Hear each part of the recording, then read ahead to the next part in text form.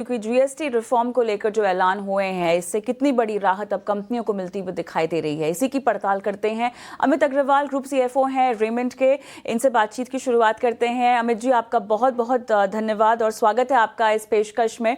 आपने समय दिया और इतना बड़ा रिफॉर्म का कदम, जाहिर तौर पर इसका जो फायदा है उसी के बारे में जानना चाहेंगे। सबसे पहले रैशनलाइज करने की बात हो रही है जीएसटी स्लैब्स को, काफी अरसे से इसकी मांग भी थी, काफी कुछ स्पेक्यूलेट भी हो रहा है, लेकिन क्या आपको लगता है ओवरऑल, अगर मैं अपैरल ऐसी कैटेगरी की बात करूं तो जीएसटी के लिहाज से आप कैसे प्लेस्ड हैं? और दूसरा, 5% तक ये आंकड़ा आप आता हुआ देख रहे हैं 12% से, किस तरह से वेलकम मूव तो ये लग ही रहा है, लेकिन 5 से 12% के आसपास अगर आप इसको आता हुआ देख रहे हैं तो कितनी बड़ी राहत?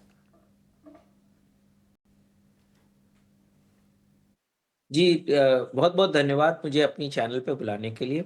और ये जो प्रधानमंत्री जी की घोषणा की है दिवाली में डबल बोनस की, ये बहुत ही अच्छी। और जो कंजम्पशन सेक्टर है, अगर आप देखें पिछले 18 से 24 महीने से ये काफ़ी वीक चल रहा है।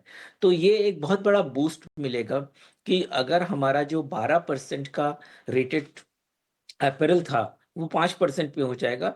तो जो खरीदार है, जो कंज्यूमर है, उसके हाथ में पॉसिबिलिटी बढ़ जाती है, क्योंकि एक लिमिटेड एपेटाइट थी।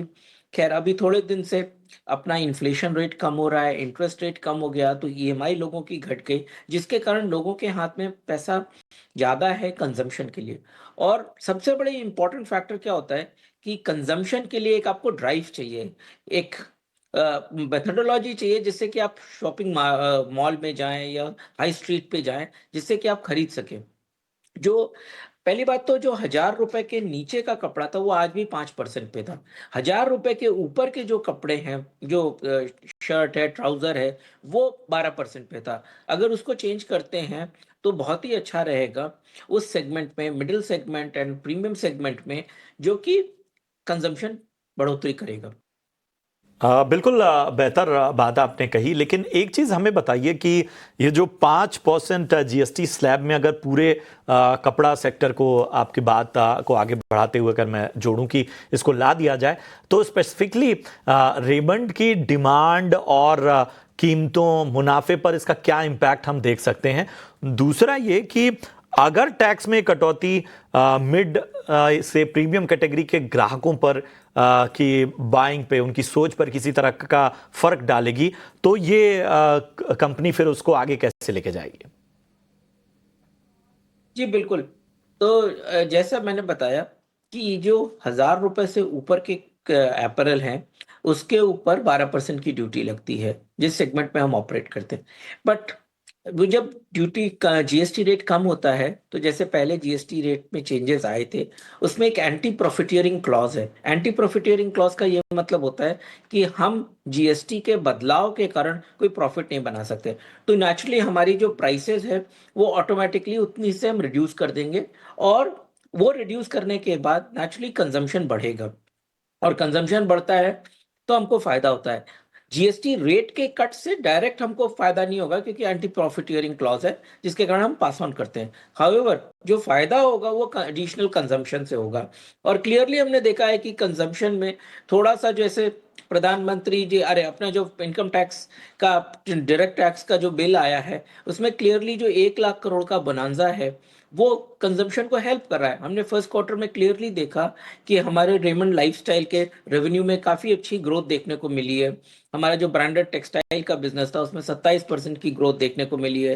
ब्रांडेड अपैरल का जो बिजनेस था, उसमें 22% की ग्रोथ देखने मिली है। और आगे भी हम ये देख रहे हैं कि अच्छी हमको डबल डिजिट ग्रोथ रेवेन्यू में देखने को मिलती है over the next 3 quarters. Industry के लिहाज से पूछना चाहेंगे, अब यहाँ पे जितना भी ट्रांसफॉर्मेटिव ये जीएसटी का चेंज हो, लेकिन इसके मायने भारतीय टेक्सटाइल के लिए, अपैरल एक्सपोर्ट के लिए क्या समझ में आ रहे हैं, खासतौर से तब जब हम इसको हमारी नेबरिंग कंट्रीज के साथ, जो टेक्सटाइल का काफ़ी बड़ा गढ़ भी मानी जाती हैं, बांग्लादेश हुआ, वियतनाम हुआ, उनसे अगर मैं तुलना करना चाहूँ तो? जी बिल्कुल। आज क्या है कि इंडिया एक एबनॉर्मल प्रेशर पे बिहेव कर रहा है, रह रहा है, because of the Trump tariff, जो कि 50% पे आ गई है। आई थिंक जो बांग्लादेश है, जो वियतनाम है, ये लोग आज 20% टैरिफ स्ट्रक्चर पे हैं। और दूसरी साइड अगर हम देखें तो जहाँ तक चाइना का सवाल है, वो भी आज 35% पे है। तो क्या होता है कि इंडिया की अट्रैक्टिवनेस कम हो गई है एट दिस जंक्चर।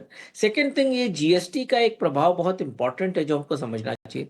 आज जो फैब्रिक हम एक्सपोर्ट करते हैं वो जीरो रेटेड है, जो एपरल हम अपने इंटीग्रेटेड फैसिलिटी में प्रोड्यूस करते हैं वो जीरो रेटेड है। किंतु अगर हम इंडिया में कोई जॉब वर्कर को ये देते हैं तो वो जीरो रेटेड नहीं है, उसके ऊपर हमको जीएसटी देना पड़ता है, उसको सामने वाले को जीएसटी पे करना पड़ता है, और उसके बाद एक वर्किंग कैपिटल का ब्लॉकेज आता है, और उसमें कई जो इंसेंटिव है वो छूट जाते हैं। इसके कारण बहुत इंपॉर्टेंट है कि पूरी सप्लाई चेन को अगर इनडायरेक्ट एक्सपोर्ट भी है तो उसको जीरो रेटेड करना चाहिए, एंड आई थिंक गवर्नमेंट उसके ऊपर ध्यान दे रही है। अगर वो इसको इम्प्लीमेंट कर देते हैं तो हमारा जो इंडिया में गारमेंटिंग सेक्टर में बहुत बड़ा जॉब क्रिएशन होता है। अगर आप देखें तो हम लोगों ने अभी करीब करीब 10,000 लोग हमारे पास काम करते हैं इन बैंगलोर फैसिलिटीज इन गारमेंटिंग। और ओवरऑल जो टेक्सटाइल की वैल्यू चेन है, अगर आप देखें तो उसमें 1 करोड़ से भी ज़्यादा लोग एम्प्लॉयड है। तो इसलिए ये जो सेक्टर है ये बहुत ही हाई एम्प्लॉयमेंट जनरेशन है। और अगर हम कॉम्पिटिटिव हो जाते हैं, मोर कॉम्पिटिटिव होंगे, तो ऑब्वियसली बायर, जो ओवरसीज बायर है, उसकी कैपेबिलिटी बढ़ जाएगी हमसे परचेज करने की। बहुत बेहतर। अब अगर हम इंडिया यूके के एफटीए डील की बात करें तो उसके तहत 8 से 16% की कस्टम ड्यूटी हट जाएगी।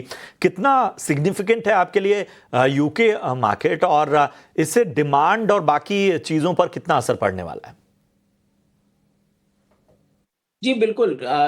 यूके के साथ देखिए, एक तो क्या होता है कि ये एफटीए आने से एक बूस्ट आ जाता है। जो वहाँ का लोकल रिटेलर है, वहाँ का जो लोकल बायर है, उसको ये लगने लगता है कि एक हमारे लिए अपॉर्चुनिटी और खुल के आ रही है, जिसके पास हमारा ट्रेडिंग पार्टनर बढ़ता है।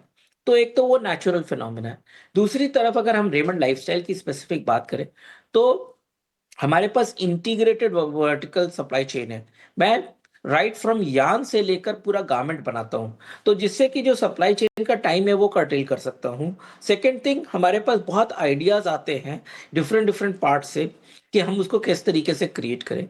और थर्ड थिंग, इंडिया के साथ हमारा जो यूके के साथ जो हमारा बिजनेस है, वो हम अगले 3 से 4 साल में देखते हैं इजीली हम डबल कर सकते हैं। बिकॉज मोर एंड मोर जो रिटेलर है वहाँ के, वो इंडिया आके हमारी फैसिलिटी देखना शुरू कर दिए हैं।